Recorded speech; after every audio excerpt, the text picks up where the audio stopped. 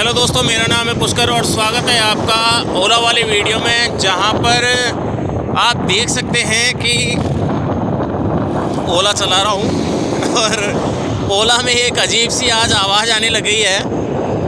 30 से 35 की स्पीड में वो आवाज़ आती है और आपको पता नहीं सुनाई देगी या नहीं देगी इस शोर में।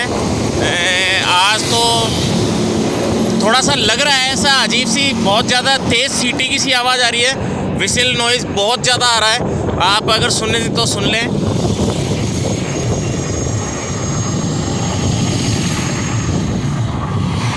आप दोस्तों कमेंट में भी करके बताएं कि आपको भी अगर ऐसी विसिल साउंड सुनाई दे रहा है या नहीं दे रहा, तो प्लीज़ इस चीज़ को बताएं कि क्या प्रॉब्लम हो सकती है। और प्लीज़ चैनल को सब्सक्राइब करके ज़रूर